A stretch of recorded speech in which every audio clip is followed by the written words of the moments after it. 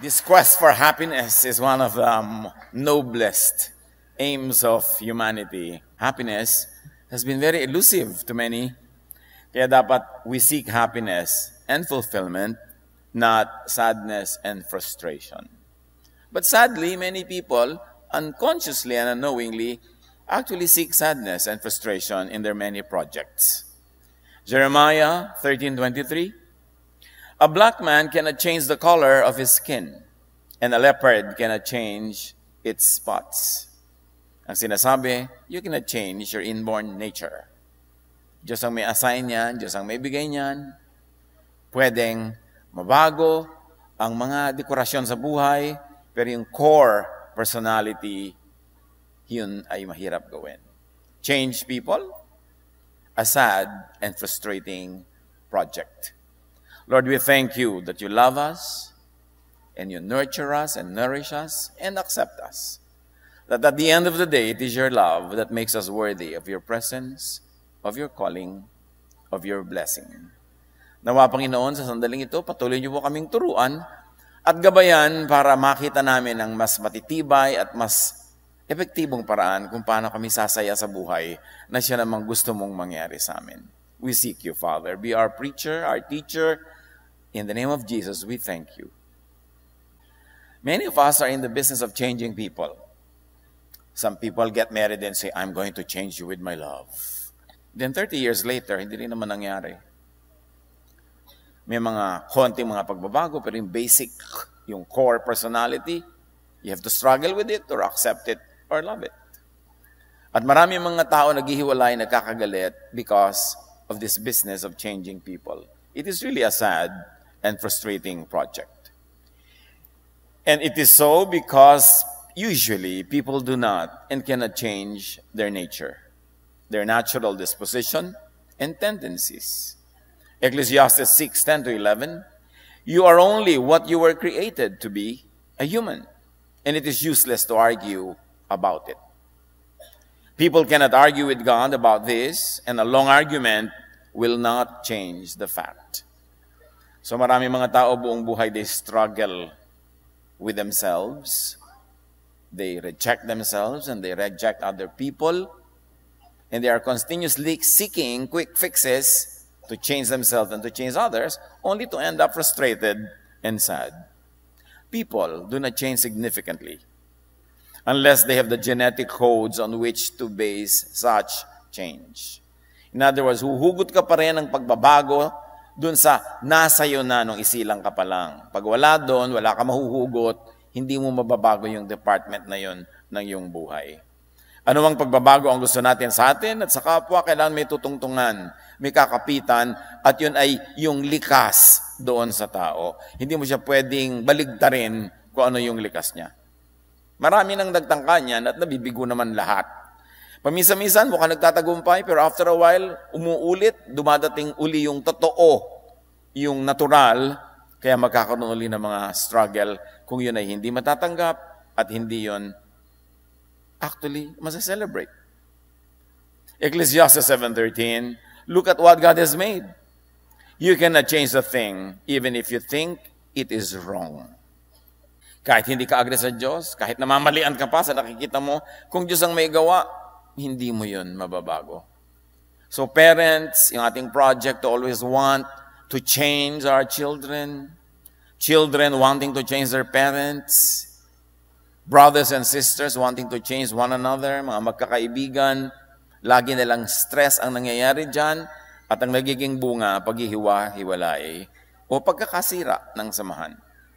Ecclesiastes 1:15, what is crooked cannot be straightened, what is lacking cannot be counted. So huwag mong labanan yung natural, yung likas, yung nandyan, dapat mo lamang siyang matutunang tanggapin. At kung matututunan mo pa siyang kakitaan ng maganda, ng mahusay, ng kaibig-ibig, sasaya ka. You can't make somebody change. Changing a person requires coercion or manipulation and intervention or violation of the person's basic core. It will damage the relationship. Kahit sa church, The church is in the big business of changing everybody. So we're also in the big business of rejection, in the big business of kicking people out, in the big business of going underground, hiding our realities and our truths, because our truths will not be accepted by many, because the many will want, the mob will want to change us. So you observe manipulative parents, as early as possible, their children escape from them and from their presence. Yung mga sobrang mga domineering parents, ang kauna-unahang ginagawa ng mga anak, pagkaroon ng pakpak, lumilipad, palayo. And even if there seems to be a change, when we are manipulating and coercing people, it's really not a change. It is just a transition into another naturally designed other that has always been there but was only waiting for the right time for it to come out. Hindi pwedeng palabasin yung wala naman doon at hindi naman nagtatago doon noon pa man. Nandun na rin, kaya lumabas lang. Tulog lang at naghihintay ng tamang panahon para gumising. Hindi lahat pwedeng magbago the same way. We cannot all change the same way, the same direction, in the same trajectory because we are not all made the same. Hindi tayo kinrate na magkakamukha. We are all unique. Kahit ang ating mga fingerprints, unique. Walang magkakamukha. At ngayon, the higher level of identifying individuality, nasa mata, lalong mas precise, walang magkakamukha na mata. Kaya ngayon, sa mga airport, ang sinisilip na mata eh. Hindi nilang fingerprint. Kasi mas nakita na nila na mas obvious doon ang pagkakaiba-iba natin. You could inspire, educate, support people to reform, to have some rearrangement of their behavior, but never be in the sad and frustrating business of changing people at their core. If you want some success in the changing business, change the object. Make it yourself. Change yourself. You will have better success there. Imbes ambisyonin mong baguhin ang kapwa para magbumagay sa kagustuhan mo, baguhin mo ang iyong pananaw, baguhin mo ang iyong sarili, baguhin mo ang iyong ugali, mas malaki ang tagumpay. Kasi kung ang pagbabago ay nagmumula doon sa taong babaguhin, mas nagtatagumpay yon. Kung ang pagbabago ay isang pasya nung taong dapat magbago o gusto magbago, mas nagtatagumpay yon. Kesa yung pagbabagong iginigiit, ipinipilit, idinidiin sa ibang kapwa. Change your attitude towards others instead of changing them. Apply this in your family life. Apply this among your friends. Magkakaroon talaga ng peace on earth and goodwill to men when we work on changing ourselves instead of in changing the person next to us. And you can change only yourself. You cannot change others. But even then, you can change only yourself, but only up to a point. Up to a point allowed by your own nature. Kahit gusto mo rin baguhin yung nature mo na inborn, you have to live with it and die in it and with it. Hindi pwedeng gayahin ang iba. You can change only up to a point that you can conceive, that you can like, that you can imagine, that you can believe in. Pag hindi ka rin naniniwala na mababago mo yung sarili mo, kahit ano pang gawin sa'yo, hindi ka pa rin magbabago. Kailangan paniwalaan mo yun. Kasi pag nagbago na yung isip mo, doon susunod yung katawan. Pero hindi mo rin kaya yung baguhin ang iyong isip beyond what is really there naturally, na mukhang sa simula ay wala doon, pero pagka nabigyan ng tamang nurture, tamang environment, tamang stimulus, lalabas at lalabas din yun. Pero kung wala yun doon sa simula, walang lalabas. Dapat nating tanggapin ang limitasyon ng mga pagbabagong pwedeng mangyari sa isang tao kahit sa ating sarili. Para hindi tayo lagi na-frustrate. Gaano kalaki na ang frustration ng mga mag-asawang ang tagal-tagal na, paulit-ulit. Hindi na talaga nagbago. Yung ang asawa mo, utangera. Hindi butangera, iba yun. Utangera. Wala ka nang ginawa kundi magbayad ng utang niya. Mula nung honeymoon nyo, utang lahat. Lagi may utang dito, may utang doon. Pag binuksan mo siguro yung mga jeans niya, nasa microscope, makikita mo yung utangera jeans. Tapos makikita mo, nanay din niya, ay, nga, lahi-lahi. Meron palang ganon. May mga ugali na hindi mo na talaga yun mababago. Lagi niyong pinag-aawayan, mangangako siya, hindi rin magbabago na isang araw, tapos mamaya babalik, paulit-ulit. Mabuti pa, tinanggap mo na lang yung araw pa at hilanapan mo ng ano kaya ma-enjoy ko sa ugali niya. Nauna ay ayaw ko, baka naman merong maganda to, kailangan ko itong hanapin, kaysa malungkot ako buong buhay. But change must be conceived, must born in the mind, in the heart of the person who will change. If you can think it, you can do it. If you can believe it, you can do it. But if you cannot believe it, it cannot be done. And what's more, mas mahirap naman yata ang idea mo, tapos papapaniwalain mo ng iba na babaguhin nila ang sarili nila according to your idea, ang laki ng resistance. You're bound to fail. And the only lasting changes are those that we decide to make ourselves. Kailangan ikaw ang magpasya na babaguhin mo ito. Pag meron kang ganong decision, kailangan gawin mo yon. Yung mga I will quit smoking, I will quit this, I will quit that, yung tao ang kailangan mag-decide. Kahit anong pamimilipot yun, huwag ka manigarilyo, may cancer, may ganito, may ganyan. Dahil ang drawing ay pakita mo sa kanya ng mga cancer na tinitirhan ng mga langgam, hindi siya magbabago hanggang hindi siya nagsasabing, babaguhin ko to. Kaya pag binabantayan mo, pinaparusahan mo, pag nahuli mo, magbabago-bago lang yon habang nakikita mo, pero pag talikod mo o pag naitago niya, babalikan at babalikan pa rin. Changes we can cause in others could only be those which are also natural to them. Also God-given and God-designed long before. Ecclesiastes 1:10, is there anything of which we can say, look, there is something new, or this is something new? It was here long ago. It was here before our time. So kahit sa ating mga, ay, nagbago ako, naging ganun ako. Mula nung naborn again ako, naging ganito ako. Mula nung nag-Bible study ako, naging ganun ako. Nandun na rin yun, nasa codes mo na, hindi pa lang lumalabas kasi hindi na-nurture, hindi na-nourish. Pero hindi ko man nagbago ang isang born again Christian sa kababasa ng verses, ibig sabihin, ganun ding pagbabago ang mangyayari sa kanyang kapwa. Kasi yung nagbago, may pinagbabasihan na nandun na sa kanyang sariling personalidad na maaaring wala doon sa kapwa niya. So hindi mo pwedeng hanapin sa kapwa ang pagbabagong nangyari sa iyo kahit pareho kayong kumakanta, umaawit, nagwo-worship. Kasi iba-iba tayo. So much frustration can happen when you expect the same spiritual, emotional, and even personality changes because you're all now exercising the same faith or believing in the same God. Kailangan hanapin mo kung ano yung likas sa tao at doon mo ibase ang gusto mo maging development niya. Hindi mo pwedeng hugutin ang wala sa loob. And the only intervention we could do is to rouse covert nature into overtness. Gisingin mo lang yung tulog, ilabas mo yung nakatago, pero kung wala talaga doon, wala kang ilalabas. It will be a frustrating business. 2 Corinthians 3:18, and we all are being transformed into His image with ever-increasing glory, which comes from the Lord. So, see, may transformation, but that transformation is God-ordained. It is God-designed. And that kind of transformation is a basis because that God concept in us and that image of God in us has been in us and with us since we were conceived. In other words, it is not foreign matter. It is there. Kailangan lang gisingin, kailangan ma-encourage, kailangan ma-nurture. Designed na noon pa. Kaya pwedeng mangyari.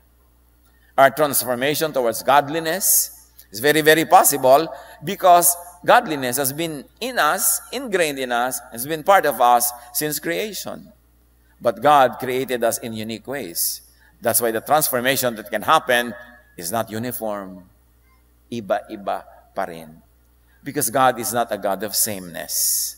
God is God of variety. Ang lahat ng ginagawa niya, iba-iba. Iba-iba ang snow, iba-iba ang patak ng ulan, kung inoobserbahan mo yan. Iba-iba ang isda, iba-iba ang kulay. Iba-iba, so hindi tayo pwedeng pare-pareho. Pag ginawa mong pare-pareho ang tao, mabibigo ka lang, mafo-frustrate lang siya, mai-stress lang kayong lahat. People do not change significantly unless they have a significant change of mind or heart. And that is only if the change could be affected by and in the mind. So ang mahalaga talaga ministry mo, yung isip ng tao, yung kanyang diwa, yung kanyang consciousness. Hindi mo pwedeng daanin sa pananakot, sa pagpaparusa, hindi mo pwedeng daanin sa pagbabantay. Kailangan siya, makarating siya sa point na yung isip niya mismo naliwanagan at nakita niya ang dapat makita at natanto niya ang dapat na maunawa. Romans 12:2, do not conform to the pattern of this world, but be transformed by the renewing of your mind. So sa isip nagsisimula ang lahat. At kanya-kanya tayo ng isip, kanya-kanya tayo ng kayang isipin, at kanya-kanya tayo ng pinupuntahan ng direksyon ng isip. Kaya sabi, then, when you do this, you will be able to test and approve what God's will is. His good, pleasing, and perfect will. Sa isip ang lahat. Paano mo papalitan ang isip ng iba? Hindi mo naman isip yun. Kailangan ikaw ang baguhin mo yung sarili mo. At siya, baguhin niya ang sarili niya. And at most, we can inspire one another. Meanwhile, personal experience, not a lecture, could be a major catalyst for change. Ang tunay na nakakapagpabago sa tao, kung magbabago siya at kung may paghuhugutan siya ng pagbabago, ay karanasan. Kaya dapat hayaan natin ang taong makaranas. Tulad nung tinatawag natin na prodigal son. Bakit ba siya nagbago ng isip? Naranasan niyang mahirapan. Naranasan niyang magutom. Naranasan niya ikumpara yung kanyang amang mabait o sa kanyang amo na hindi siya pinapakain. So dahil naranasan niya, nagkaroon ng kakapitan ang pagbabago ng isip. At nung nagbago ang isip, sabi niya, tatayo ako, uuwi ako sa amin, at sasabihin ko sa tatay ko, tanggapin na lang niya ako kahit katulong na lang. Dahil nagbago ng isip niya, sumunod yung katawan. Pero kailangan sa isip magbago. Paano nyo babaguhin ang isip ng iba? Sa sermon? Kaya ngayon mga bata, kakantahan ka ng Papa, don't preach. O kaya tatakpan nila yung tenga nila, o maglalagay sila ng mga earplugs dyan. Para hindi ka marinig. Kasi, kuminsan, nakakatorete yung naririnig mo. Lalo't hindi handa yung utak mo na pakinggan yon. Hindi nadadaan sa nag. Hindi nadadaan sa bunganga. Hindi nadadaan sa pagpipilit. Kailangan yung tao ang makarating sa sarili niyang moment of enlightenment. Kailangan magkaroon siya ng sarili niyang kaliwanagan at karanasan ang malakas magturo ng pagbabagong loob. Pag ang karanasan mo na ang gumising sa natutulog mong katalinuhan, at ang malakas gumising sa natutulog na katalinuhan at karunungan ay pain, suffering, failure. Kaya yung mga yon, hindi dapat negative ang tingin natin. When people go through pain because they did things, cause and effect, our prayer is that it will lead them to enlightenment. Hindi yun punishment kung naging dahilan para siya magkaroon ng pagbabagong loob. Sabi nga nila, there are no mistakes, only lessons learned. Pag tinignan mo ang isang karanasan na nasaktan ka, napagod ka, nalugi ka as mistake, napaka-negative. But you can count it as a lesson learned. May natutunan ako. Siyempre, may matrikula. Siyempre, may bayad. Pero may natutunan, therefore, panalo ka doon. At yung ganun mga karanasan ang magpapabago. Kaya mahalaga kung gusto natin na ma-inspire ang ating kapwa na mag-improve ang ugali, mabago ang kanilang mga asal, encourage them, allow them to experience many things in life. Especially hardship. Especially what some people call failure. Especially difficulty, kasi yun ang gumagawa ng karakter. Kaya pag pinalaki ka sa layaw, puro sarap, puro ginhawa, madalas kulang sa karakter. Kulang sa ganda ng pagkatao ang isang taong hindi nakakaranas ng mga paghihirap. Hindi naman natin gusto mag-volunteer na maghirap. Pero kung naghihirap ka, tapos natututunan mo yung lesson, napakaganda nun kasi you can turn it into something beautiful. So let us not interrupt people when they are going through the lessons in life. Let us not always try to shield them, especially our children, from difficulty, from the consequences of the choices they make. Dahil yun ang magpapabago ng kanilang isip at yun ang gagawa ng pagkatao. Yun ang bubuo ng character.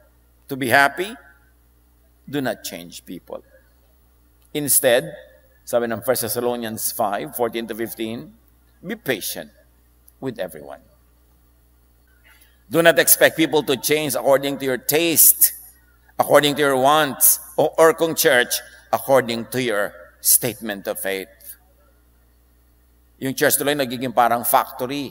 People come in as individuals and after 1 week, they're all uniform. Magkakamuka. Nawawala yung personalidad ng mga tao.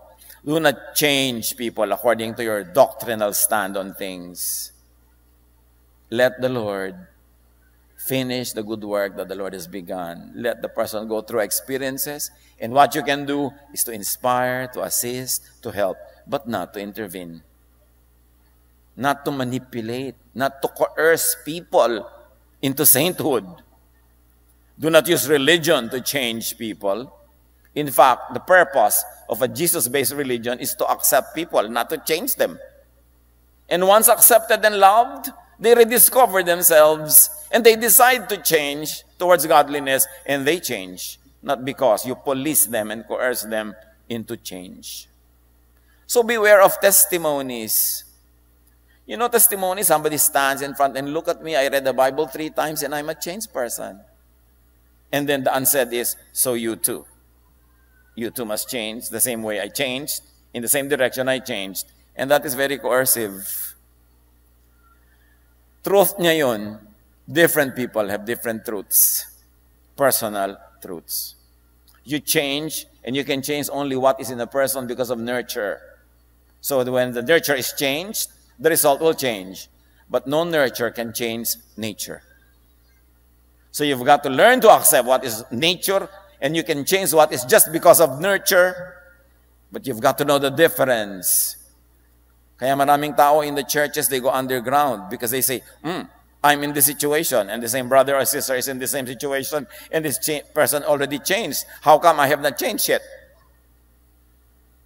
You can change the nurture, and you can change the product. But what about the nature? Because not all people have the same nature.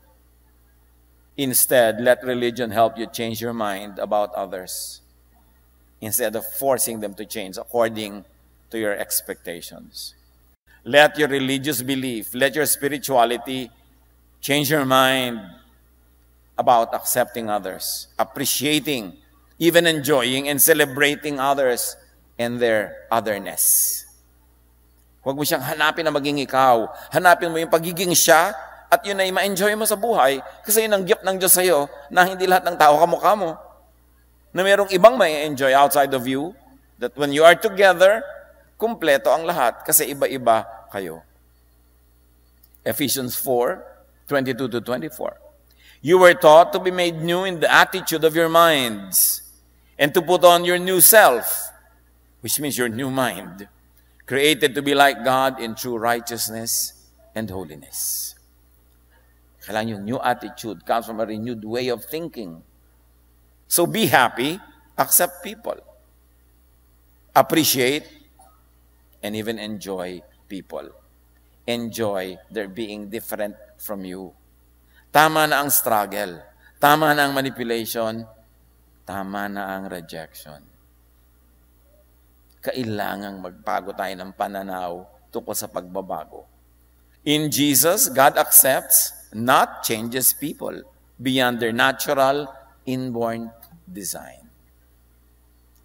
Jeremiah 13:23, can an Ethiopian change his skin or a leopard its spots? The obvious answer is no.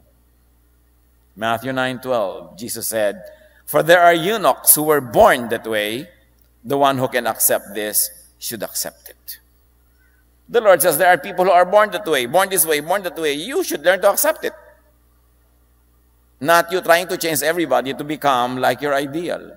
Accept people. Enjoy people's otherness and uniqueness.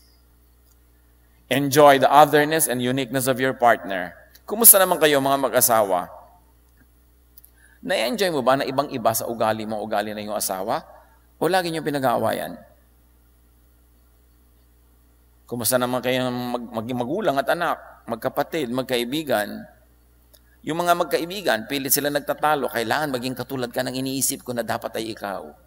Tapos maghihiwalay lang sila dahil sa ganon. We must always tell God and ourselves, Psalm 139:13-14, for you created my inmost being. You knit me together in my mother's womb. I praise you because I am fearfully and wonderfully made. Your works are wonderful. I know that full well. Instead of struggling with your Maker, appreciate the way your Maker made you. And keep on improving within the realm of what can be improved on based on your God-given, inborn nature. Accept yourself as God created you and appreciate and enjoy even yourself. Dapat may spirituality, may religion, may church para mawala yung guilt at mag-enjoy ka ng freedom from guilt. Hindi yung lalong dumami ang guilt at lalo ka lang na-depress habang dumadami ang yung religious involvement. This is true Jesusness. Accept, not change people. Inspire, help them, pray for them, support them. Then they will come to a realization that they want to change for the better, but only within what their nature will allow them. Yun lang tayo matatahimik. Doon lang magkakaroon ng kapayapaan sa tahanan, sa lipunan, sa church, maging sa buong mundo. Romans 15:7, accept one another. Then, just as Jesus accepted you in order to bring praise to God. Sinabi bang reject one another? No, the Pharisees are in the business of rejection. The teachers of the law and the Pharisees are in the business of judging people, of promoting themselves. But Jesus is in the business of loving and accepting people. And that love, once internalized, is what inspires and energizes people to change within. And then the change will go out of what is in their heart to become real, to be manifest in physical reality. Kaya nagiging totoo. It is the individual's personal business to change themselves. 1 Peter 1:22, now that you have purified yourselves by obeying the truth, so that you have sincere love for each other, love one another deeply from the heart. And this is what brings happiness.